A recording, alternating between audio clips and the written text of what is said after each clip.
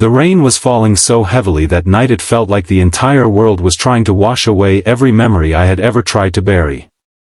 I was standing outside my apartment door, staring at a simple dinner invitation from my neighbor, wondering why someone who barely knew me would care enough to ask me over. I had no idea that walking through her door would change my life forever. I had no idea that one small act of kindness would expose the loneliness I had hidden for years. And I definitely did not expect to hear her introduce me to her parents with the words, "This is my boyfriend." Before we continue this emotional journey, if you believe in kindness, second chances, and the unexpected ways people can change our lives, please take a moment to like this video, share it with someone who needs hope, leave a comment, and subscribe to Echoes of Hope. Your support helps us share more stories that remind us there is still goodness in this world. My name is Callan Mercer, and for most of my life, I was the person people overlooked. I was not the loud one in the room, not the person everyone gathered around, and not someone who expected miracles. I had learned to live quietly. After losing my parents at a young age and spending years moving from one temporary place to another, I became someone who depended only on himself. I worked long hours repairing old furniture in a small workshop across town. Every day, I took broken chairs, damaged tables, and forgotten pieces of wood and tried to give them a second life. Sometimes I wondered if I liked fixing furniture because I believed broken things deserved another chance, or because deep down I hoped the same was true for people like me. When I moved into my new apartment, I promised myself I would keep my distance from everyone. I would be polite, pay my bills, go to work, and come home. No drama. No attachments. No disappointments. That plan lasted exactly 3 days. On the 4th day, I met my neighbor, Seraphina. She was completely different from me. While I lived in silence, she filled the hallway with laughter. While I avoided attention, she greeted everyone like they were old friends. She carried groceries for elderly neighbors, left small gifts outside people's doors, and somehow remembered everyone's name. The first time she spoke to me, I was struggling to carry a broken wooden cabinet up the stairs. She appeared beside me without warning and grabbed one side. "You know," she said with a smile, "most people ask for help before they nearly destroy their backs." I laughed, even though I tried not to. "That sounds like advice from someone who does the exact same thing," I replied. She looked surprised that I joked back. From that day on, she slowly found ways to enter my quiet world. She would knock on my door and ask if I needed extra food because she had cooked too much. She would leave coffee outside my apartment when she knew I had worked late. She noticed things about me that most people ignored. At first, I thought she was just naturally kind. Then I started wondering why she cared. I had never told her about my past. I had never explained why I kept old photographs hidden in a drawer or why I avoided talking about family. But somehow, she understood that there were parts of me that were still hurting. One evening, while we sat outside the building watching the sunset, she asked me something I was not prepared for. "Callan, why do you always act like you are leaving before anyone has the chance to ask you to stay?" Her question hit harder than she knew. I looked away. I guess I got used to people leaving. For a moment, she said nothing. Then she quietly replied, "Maybe you should give someone the chance to prove they won't." I carried those words with me for days. But I still did not believe anything good could last. A few weeks later, Seraphina knocked on my door holding a small paper bag. "I need a favor," she said. I looked suspicious. "What kind of favor?" "Come to dinner tonight." I raised an eyebrow. "That's not really a favor. That's an invitation." She smiled. "No, it's a favor because I need you there." I laughed. "Why?" She hesitated for a second. "My parents are visiting." That explained nothing.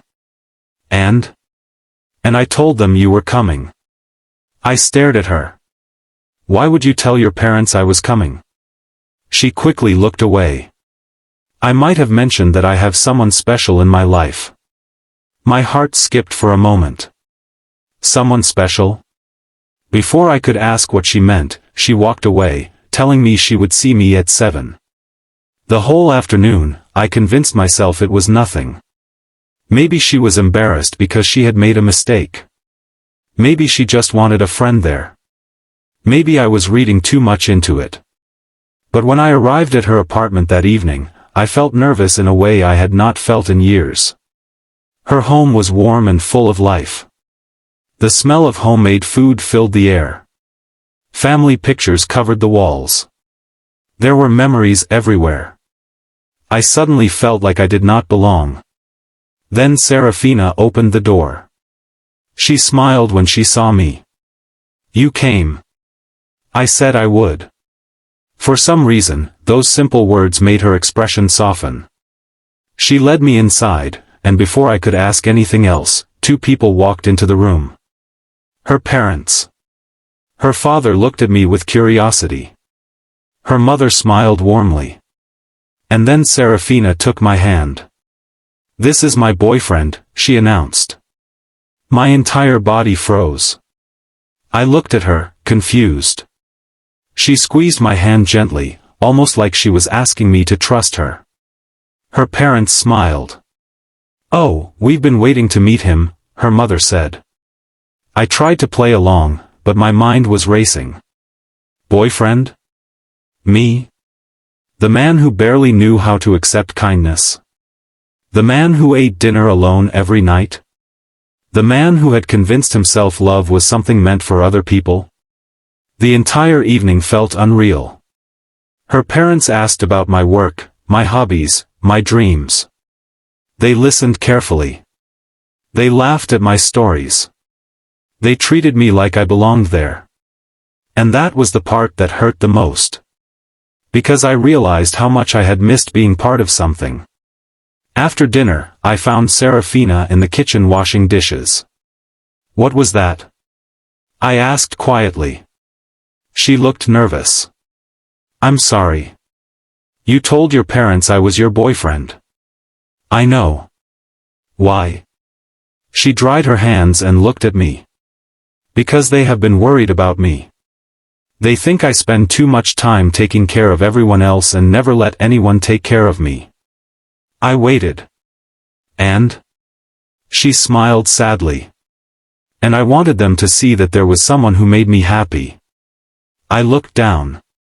"But I'm not your boyfriend." "I know."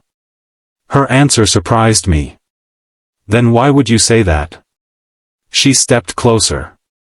"Because Callan, you are the first person I have met who doesn't want anything from me. You don't pretend. You don't try to impress anyone. You just show up as yourself." I did not know what to say. She continued. "I know what I said was unexpected. But I wanted you to understand something. You matter to people, even when you don't believe you do." Those words stayed with me. That night changed something inside me. Not because Seraphina introduced me as her boyfriend. But because she saw a version of me that I had forgotten existed. Over the next few months, we became closer. Not in a rushed or perfect way. We had disagreements. We misunderstood each other. We were 2 imperfect people learning how to trust. I started opening up about my past.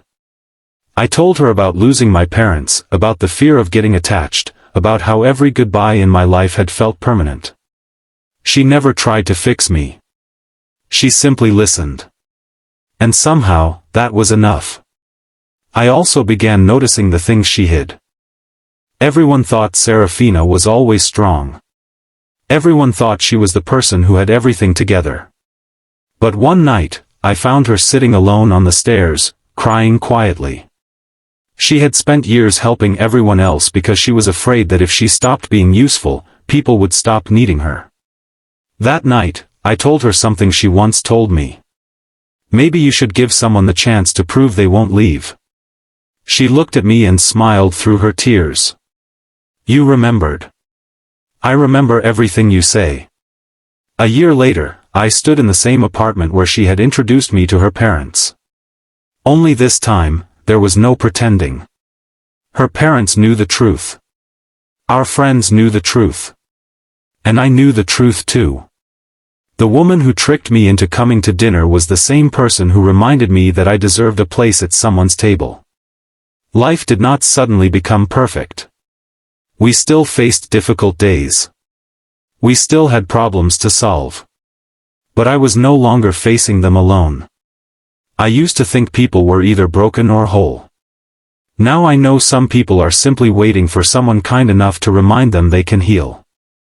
And sometimes the most unexpected person walks into your life, not because you were searching for them, but because they were searching for the part of you that you had given up on.